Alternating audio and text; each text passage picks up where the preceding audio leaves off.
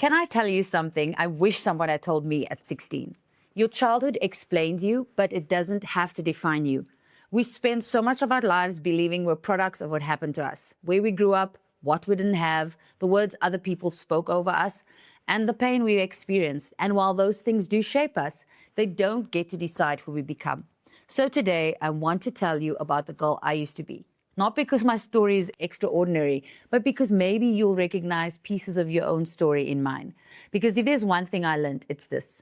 The woman I'm becoming had to make peace with the girl I once was. I grew up in Athlone on the Cape Flats, and of course when people hear Cape Flats, they often think of hardship. And while that is part of the story, it's not the whole story. I also remember family, I remember laughter, playing in the street with friends and community, and those memories are precious to me. But I also grew up in an environment where survival was part of your everyday life. You had to learn to fight for opportunities. You had to fight for a future that often felt out of reach. And as a young girl, I witnessed things no child should become familiar with. Things like poverty, injustice, addiction, chaos. And when you're young, you don't have the words to process those experiences, so you simply absorb them. Without even realizing it, I began believing this was just how life worked. And somewhere along the way, life taught me something that would serve me for a season. It taught me how to become hard, and not because I wanted to be, but because I thought I needed to be. I learned that if people thought you were weak, they would take advantage of you. So I built walls, I became guarded and fiercely independent. And I often questioned people's intentions and motives. I always felt like I needed to protect myself. And looking back now, I realized those weren't personality traits. They were merely survival mechanisms. They helped me survive the environment I grew up in. And when I was 18 years old, I made one of the biggest decisions of my life. I moved to Johannesburg. I didn't have everything figured out. I didn't know exactly how my future would unfold, but I had this deep conviction that there had to be more than what I had grown up with, more than what I knew, and more than the life that I'd seen. And so I didn't know exactly what more looked like, but I just knew that I had to go and find it. Here's what nobody tells you. You can change cities, you can change careers, you can even change your circumstances and still carry your old mindset with you.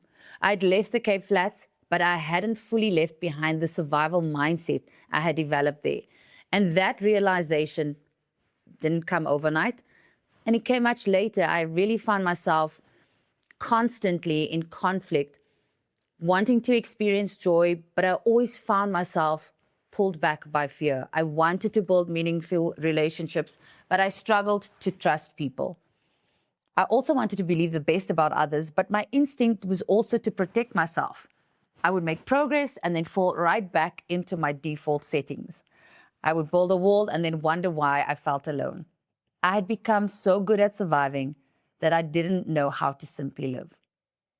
And then one day I realized something that completely changed my perspective.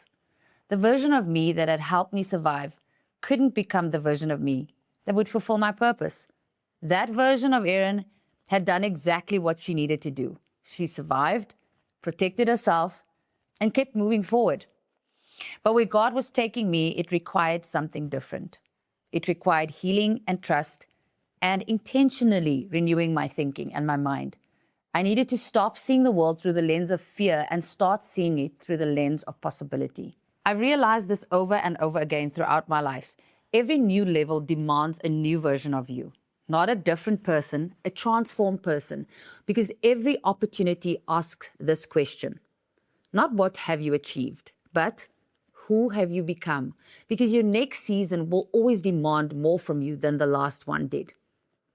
And if we keep holding on to old versions of ourselves, we eventually become the very thing standing in the way of our own growth. One of the greatest lessons I've learned is that survival is merely a season. It's not an identity.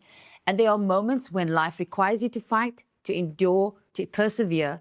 But eventually there comes a moment where God gently asks you to put down the armor you've been carrying. Not because we're weak, but because He wants to heal what made us believe we needed it in the first place. The greatest transformation in my life wasn't changing my postal code. It wasn't building a career or achieving goals. It was allowing God to transform the way I thought. Because when your thinking changes, everything changes. This week, I want you to ask yourself one question. What part of who I am today was created by survival? Maybe you're fiercely independent because you've always felt like you couldn't rely on anyone. Maybe you struggled to trust because trust was broken. And maybe you're constantly trying to prove yourself because somewhere along the way, you believed you weren't enough. Take a piece of paper, draw a line down the middle. On one side, write, what shaped me? On the other side, write, who am I becoming? Be honest, acknowledge your story, honor what you've survived.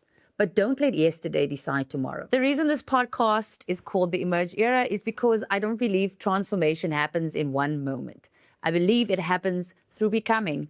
And becoming requires courage, it requires healing, and it requires letting go of versions of yourself that no longer serve where God is taking you. I'm still becoming, and maybe you too. So over the next few weeks, I want us to go on that journey together, because your beginning doesn't determine your ending, and your past doesn't get the final word. And the woman God is calling you to become is far greater than the girl who simply learned to survive. Welcome to the Emerge Era, and I'll see you on the next episode. Before you go, I'd love to invite you to join the Emerge Era community. Subscribe to the channel, like this episode if it encouraged you, and share it with another woman who could use this reminder today.